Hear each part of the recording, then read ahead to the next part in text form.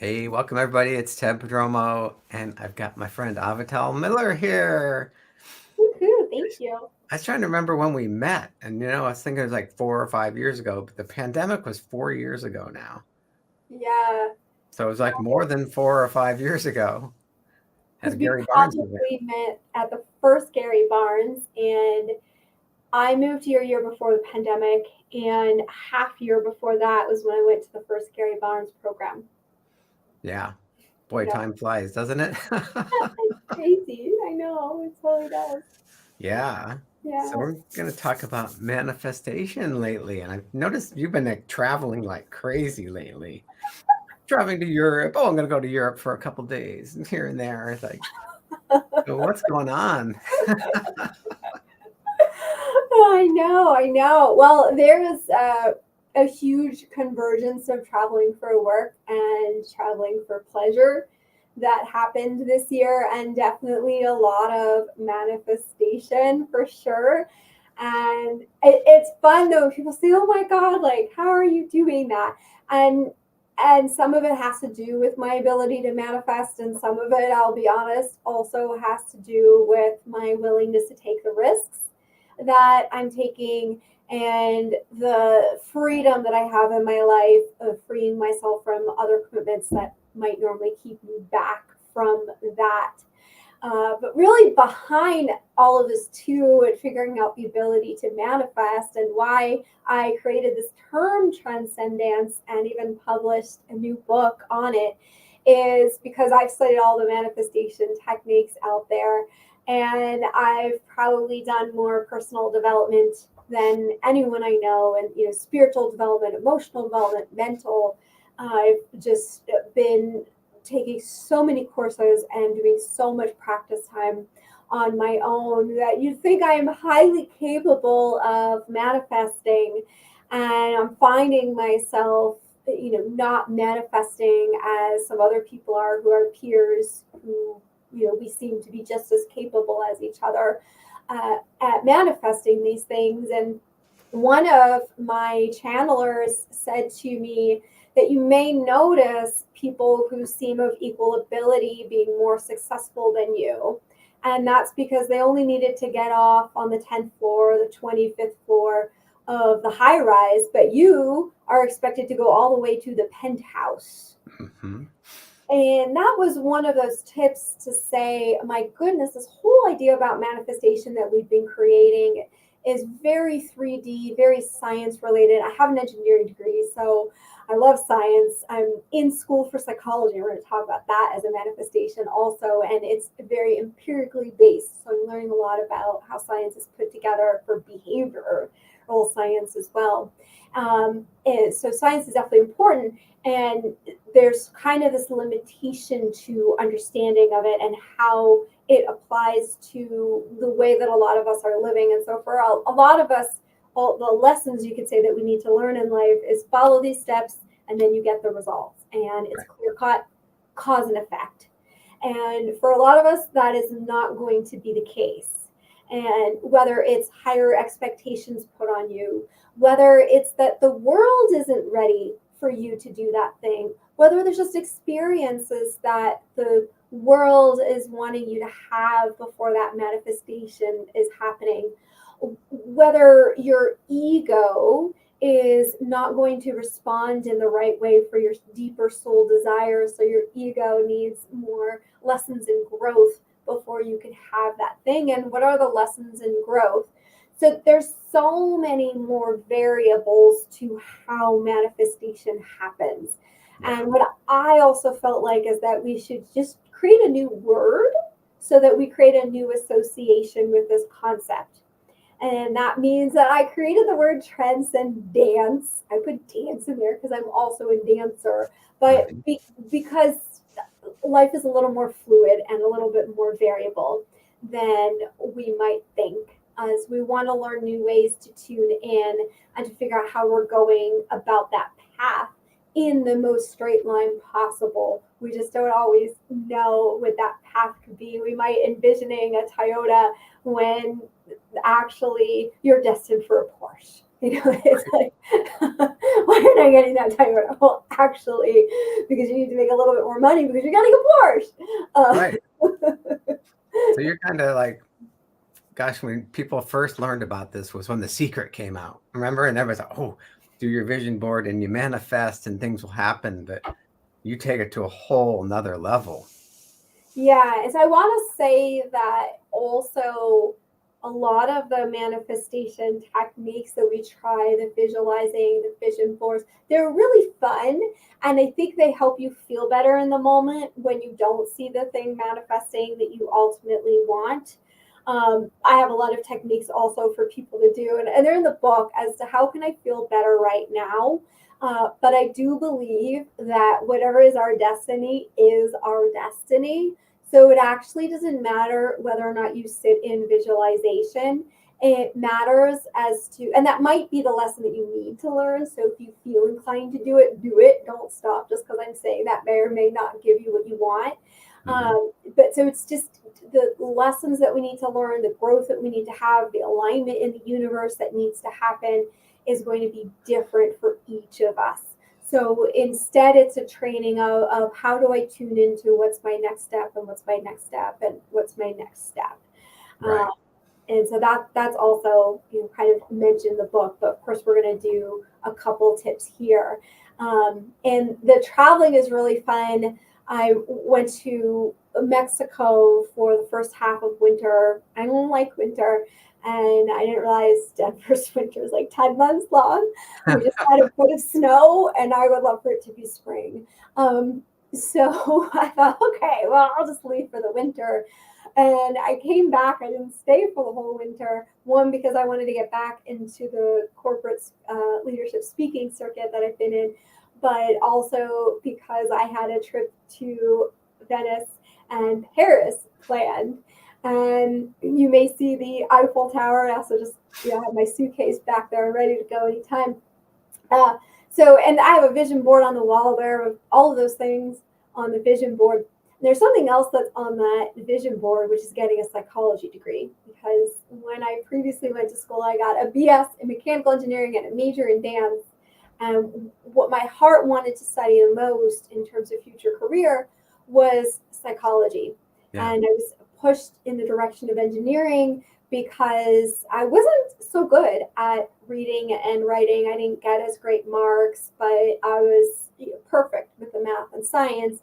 And I was explaining, that seemed like a more dependable career, a higher paying career. That seemed like a good argument to me at the time, and I moved forward with that. Well, I didn't stick in that field for very long, and I quickly switched to project management, right? So I was a program manager at Microsoft, so I could have something more people oriented. And it just wasn't enough. And really what I've been doing all these years is studying all these things kind of around the psychology degree and studying different systems, whether it's Enneagram, whether it's DISC, Myers-Briggs, things through astrology, human design, all of these things that you can learn about people.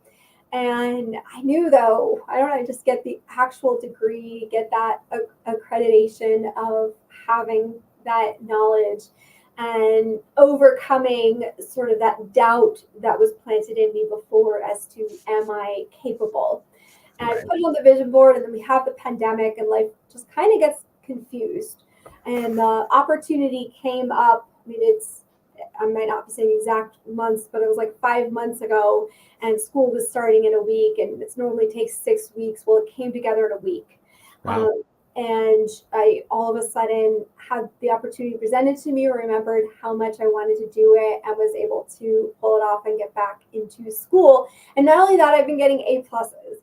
And I even got 100% Of course you do. on paper after never getting an A in my life before that on papers. Of course, I've been doing a lot of writing since then, getting more familiar with it, just not school writing. So, of course, when we're also told we can't do something, that isn't necessarily the case. And then here I am in school. It takes a lot of time. I'm still not quick at the reading and writing. But whatever I'm doing, I'm retaining the information. So that is good. And I have this trip to Europe coming up. And when I was in Mexico, I could sit on the beach and study. I didn't need to do tons of activities. When I was teaching yoga there, It was great. I was staying at resorts and teaching yoga, but that's still not very time intensive. So it was really easy to be in school.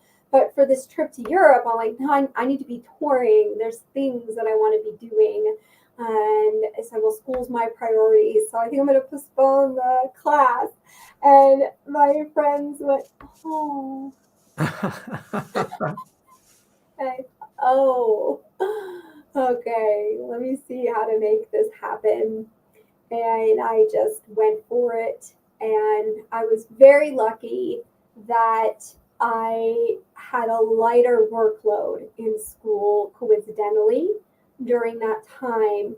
Mhm. And you could say I was also lucky. One of the things that kind of goes against you is, do I have enough money? I'm in school now. I'm not working as much. I haven't found someone to come with me, and I don't have time to even look right now for someone to come with me. People think of those trips as this romantic trip you should do with a partner. Well, a lot of times I was glad I was alone because I could be sitting there in this ball gown on a dinner cruise eating this amazing 10-course meal, reading my school book on my phone. And I didn't have to pay attention to another person.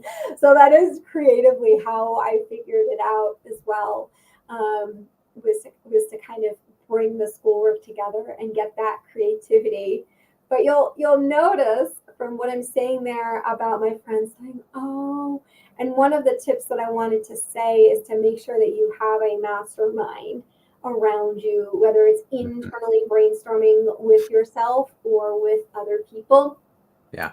And the mastermind, sometimes we get the what and then we get caught up because the how isn't put together yet. Mm-hmm. So once you're clear on the what, and I'll talk to you a little bit more about how to get clear on the what, but you've got that how, so you really just want to brainstorm so that you don't give up on the what. And you start taking the steps and things start to come together. Financially, I mentioned too, because I'm not working as much. Well, one of my investments ended up having a bigger payout than normal. Okay, well, that helps also cover the trip. Right. So sometimes when we start moving forward, these pieces will come into alignment. And then if we get creative to resolve some of those challenges that might come up for ourselves.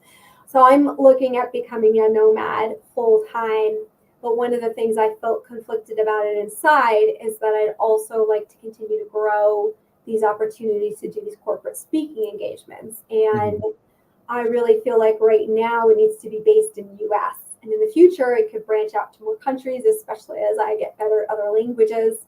But US seems to be the base. And I thought, well, if I just travel to US 1 or 2 months a year, do a bunch of those speaking engagements back to back, that's solved.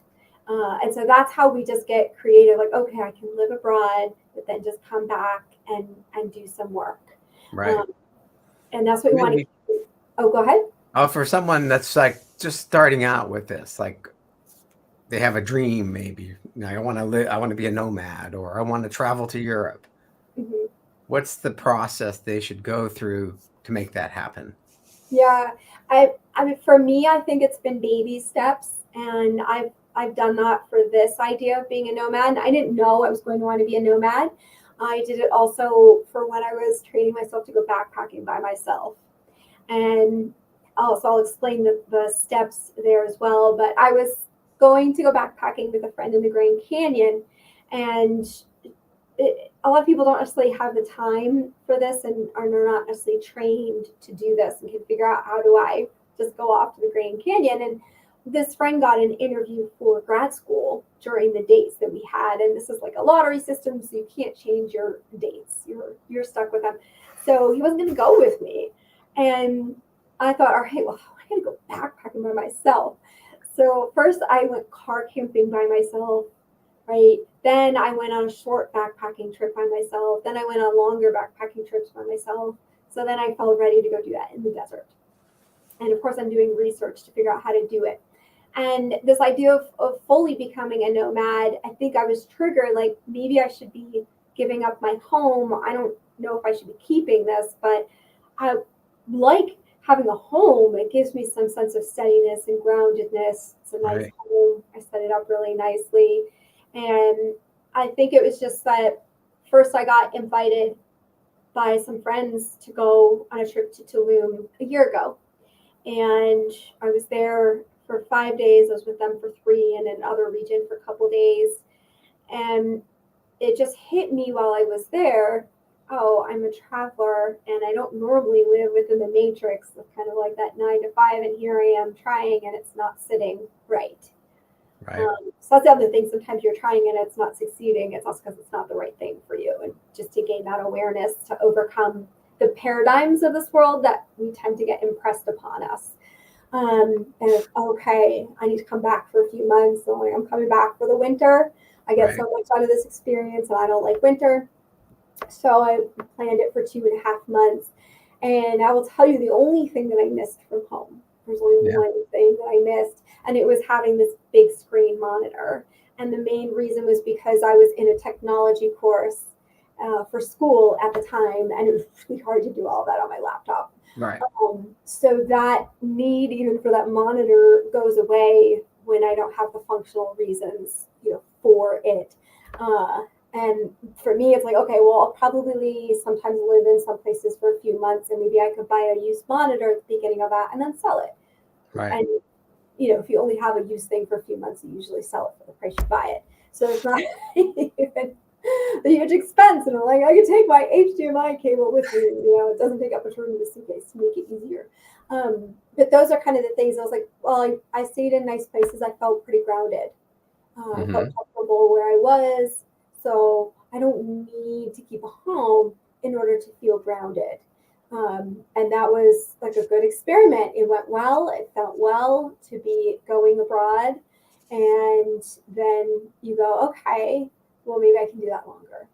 And I think coming home, just feeling like, oh, I'm not drawn to be here anymore as well. That's a big move. Yeah. But I was hesitant for a while, right? And I was explaining some of those hesitancies. And I don't like taking action until I'm 100% aligned. So that's the second tip I really wanted to impart is that if you're feeling nervous, if you're feeling like something is off, then it might be. Yeah. And you want to discern what's the difference between fear or nervousness and intuition, because you could still have some fear, but does it feel completely right? And have you done enough masterminding to overcome these ideas? And the last step I want to say is to ask yourself a question and ask the universe, ask God, divine spirit, whatever's in your belief system, what is trying to happen? So we can create these ideas, right? That sometimes the universe or your soul will know these things need to be in place before that happens. A lot of people really want a partner, right? I do too, by the way. But that's a common thing. And then they're not getting it. But there might be a certain amount of growth that they need to go through before another person can come in. Whereas somebody else might need to go through that growth with the partner. Right. We're all meant to even go about our path in different ways. We're meant to ride different elevators to the penthouse. Right. Go sideways. We're meant to be in different buildings. So that's also to just keep in mind, though, what is actually trying to happen. How many people made New Year's resolutions or business plans before 2020 started or at the beginning of 2020? Yeah. What happened by March? We had to change that and say, well, what is trying to happen? Okay, most of us are staying home. So are we doing something different? Are we altering the way we're doing this? Somebody just put in the quote, don't fight the flow, recognize it instead. I like it. Oh, good. There's people messaging while we're doing this. So I kind of go with your intuition. You have a gut feeling that you need to do something, but trust your instincts, but don't force it. Yeah. There's weird things that also happened to me. Like I used to be in an abusive marriage. Verbally, I got out before anything became physical. And I had this intuition one week to put my important documents in a bag. That was one. And then the second one I had this was when I was a new yoga instructor, not making a lot of money and just really living paycheck for paycheck. And I had the message, don't pay your credit card bills, because I had 0% interest.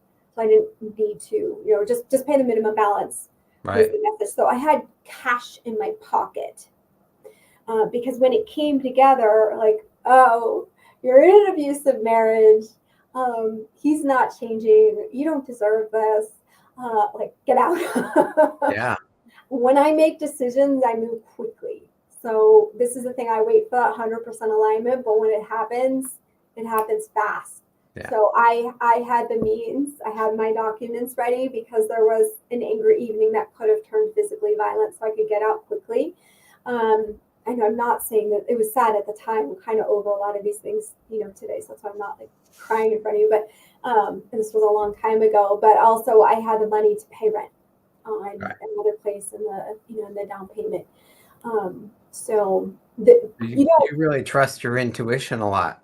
You're yeah, aware of it. yeah. But there are times where we have to learn to listen. I tell you a funny one. One day, I got a message. I was parking I lived in this complex where you had to drive around a U, and there's no way out. But I lived at the end of the U, a rectangle U, and we didn't have indoor garages. We just had these coverings. So there's a pole there, and I would lock my bike to the pole. And I had a message one day that said, you should take your water bottle inside so it doesn't get stolen. I was like, that's ridiculous. So I didn't listen. But guess what? My whole bike was stolen. Oh. So there's learning to listen, and then the more you open yourself up, I might have heard, oh, your bike might get stolen. Take the whole bike inside. Wow. So tell us about your book and how people can get it. Yeah, probably the easiest way to find the book is it's an interactive digital book. So I say this, so the easiest way to find it is if you go to my link tree, and that's the link tree / Avital Miller. And, we can put the link in the comments there. Because it's just available through my website. I haven't learned yet how to launch a digital interactive book, through the mass media is available yet. And it was a school assignment to create the book. So I wanted to write a book last winter while I was in Mexico, well, the first part of this winter, and I didn't have the time to write a full book. And there I was in school putting the book together. What I did while I was traveling was take all sorts of photos and videos of the experiences I was going through. So the interactive part is you're actually going to get exposed to the beautiful visual experiences that I was having in Mexico, whether it's at the resort or healing center or rooftop pool in this condo I was staying in, and then also a video clip of me dancing. So I am a dancer, so that's in there. So there's some added perks of that, but that's going to help you walk through the story and understand principles of manifestation. So there's fun elements, but then the lessons of what are some of the top things that you can do to become a master manifester within, you could say, what's beyond the 3D. Within, for the people needing to go to the penthouse, Right. What are your lessons with some greater understanding, and how do we feel better about where we are right now? Because at the end of the day, the greatest manifestation that I really ever had is gaining more inner happiness and confidence. Yeah, that's awesome. And your website, how's it? The general website, avitalmiller.com. And Avital is spelled like Avital. I also mentioned I would offer your community a gift. And you can go to free gift from avital.com. And there's a couple of different gifts on there. But one of them that I want to make note is that you can get an entire month access to my Sit and Succeed program. And the intention with this is, as we're going through life, we're constantly going to get up against walls, against challenges or goals that we want to manifest even more quickly. And this is your regular way to check in, to gain wisdom that's going to help you get there. But then I will also be putting together, and I do these things on the spot, but also putting together either some sort of neuro-linguistic programming practice, because that's also what I'm trained in, or meditation practice, a guided experience where you can continue to practice that on your own and continue that manifestation. So there are over 200 recordings in the site. So if it's, I want to have more energy, right? I have techniques for just almost in the snap of a finger, you can feel more energetic. Want to figure out more things I can do for my own natural health and healing. So I wrote the book Healing Happens, Stories of Healing Against All Odds, because I heal beyond what was expected. I interview people who were healing from terminal diagnoses. And I also was told I couldn't write, but that book went 4 awards and hit bestseller on Amazon. So all those things about how do we overcome these seemingly insurmountable challenges are the tips that I'm continually sharing in that program. And I would love for you all to be a part of that community and, of course, experiencing that network of just amazing, brilliant people. Great. Well, so thank you so much for your time. It's always great to catch up with you. And we'll catch you soon. Thank you so much. It's a joy to be here and a huge honor. We'll see ya.